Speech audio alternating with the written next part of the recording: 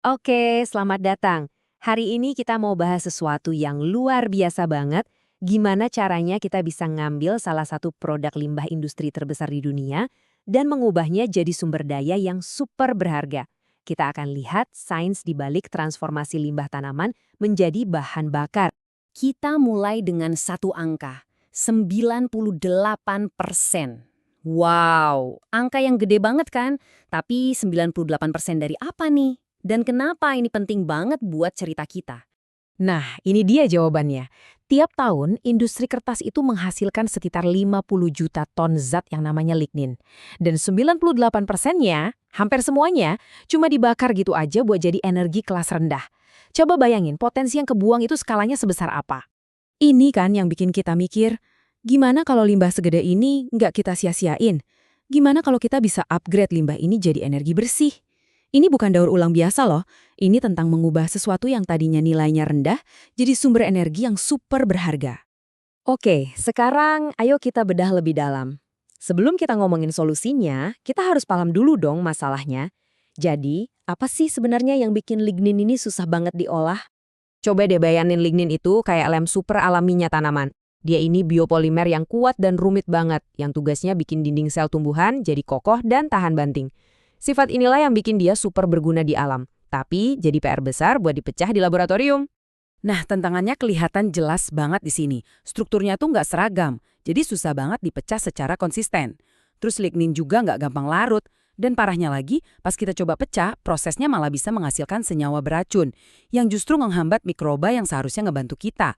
Intinya, lignin itu emang dari sananya dirancang sama alam buat susah banget terurai. Terus gimana dong cara kita ngatasin tantangan segede ini? Jawabannya, mungkin ada di sesuatu yang ukurannya kecil banget. Kenalin nih pahlawan di cerita kita, mikroorganisme. Lebih spesifiknya lagi, bakteri. Meskipun jamur juga jago ngurai lignin, bakteri ini punya beberapa keunggulan penting buat industri. Pertama, bakteri itu berkembang biaknya jauh lebih cepat.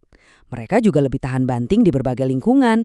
Dan yang paling penting, genom mereka itu jauh lebih gampang buat diutak-atik secara genetik. Ini nih yang bikin mereka jadi kandidat ideal buat direkayasa biar bisa melahap lignin dengan super efisien. Nah, disinilah letak kejeniusan solusinya. Bakteri itu nggak cuma asal ngurai lignin. Mereka pakai jalur biologis yang super elegan dan efisien, yang kita kenal sebagai proses biofunneling atau biopenyaluran. Jadi, prosesnya bisa kita pecah jadi 3 langkah utama. Pertama, bakteri bakal mecah polimer lignin yang gede itu jadi potongan-potongan yang lebih kecil. Kedua, dan ini bagian kuncinya nih, bakteri ngambil semua potongan yang beda-beda itu dan menyalurkannya jadi cuma 1 atau 2 jenis molekul standar aja. Terakhir, molekul standar inilah yang dipakai buat ngebangun lipid, yaitu lemak yang bisa kita ubah jadi biofuel. Analogi ini pas banget kan? Biofunneling itu ngatasin masalah terbesar lignin, keragamannya. Jadi nggak peduli seberapa acak-acakan campuran senyawa di awal, bakteri dengan pintarnya mengarahkan semuanya ke satu jalur metabolisme buat menghasilkan produk akhir yang seragam dan pastinya berharga. Dan gambar ini nunjukin keseluruhan prosesnya dengan jelas banget. Kita mulai dari atas dengan struktur lignin yang kompleks, terus di tahap depolimerisasi, bakteri mecah itu jadi berbagai jenis monomer. Nah, disinilah keajaiban biofunneling terjadi. Semua monomer yang beda-beda itu diubah jadi satu perantara umum, misalnya katekol. Dari situ, baru deh bakteri ngebangun lipid yang kita mau. Oke, punya proses yang jalan di lab itu satu hal. Tapi bikin proses itu efisien buat dipakai di dunia nyata, itu tantangan lain lagi. Nah, para ilmuwan ini pakai berbagai strategi inovatif buat nge-boost performa bakteri-bakteri ini. Yuk kita lihat beberapa caranya. Strategi pertama itu pra-perlakuan. Anggap aja kayak kita motong-motong makanan sebelum dimakan, biar lebih gampang. Dengan mencah lignin secara kimia lebih dulu, bakteri jadi bisa ngolahnya lebih gampang dan lebih cepat. Penelitian juga nunjukin kalau cara ini bisa ningkatin jumlah lipid yang dihasilkan secara drastis. Strategi cerdas lainnya adalah kerja tim atau yang disebut kokultur. Jadi, daripada ngandelin satu jenis bakteri aja buat ngerjain semuanya, para peneliti ini pakai tim yang isinya beberapa strain bakteri yang kerja bareng.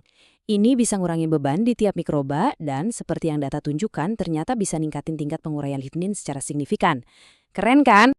Jadi, intinya ini semua bukan cuma teori loh. Tabel ini nunjukin hasil nyata dari berbagai eksperimen. Coba lihat baris paling atas.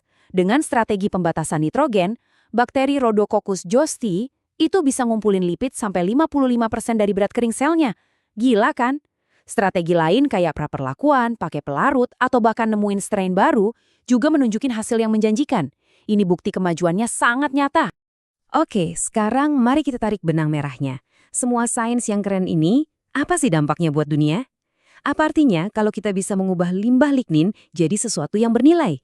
Nah, ini dia kenapa ini penting banget. Pertama, ini bikin produksi biofuel dari biomasa jadi lebih untung, karena kita nggak lagi buang-buang sepertiga bahan baku tanaman. Kedua, ini ngebantu banget ngatasin masalah polusi air limbah dari industri kertas. Dan yang paling penting, ini menciptakan ekonomi sirkular yang sesungguhnya. Limbah dari satu industri jadi bahan baku berharga buat industri lainnya. Kutipan dari penelitian ini ngerangkum semuanya dengan sempurna. Tujuan akhirnya itu bukan cuma satu langkah proses doang, tapi membangun seluruh rantai nilai yang berkelanjutan, mulai dari limbah pabrik kertas sampai ke tangki bahan bakar kita. Dan ini ninggalin kita dengan satu pemikiran. Jangan-jangan masa depan bahan bakar itu nggak bergantung pada apa yang kita tanam, tapi pada limbah yang kita buang. Mungkin aja solusi buat tantangan energi terbesar kita itu nggak ada di sumber daya baru, tapi di cara-cara cerdas kita buat manfaatin lagi apa yang selama ini kita anggap sampah. Bisa jadi masa depan energi itu lebih dekat dari yang kita kira, tersembunyi di tumpukan limbah industri.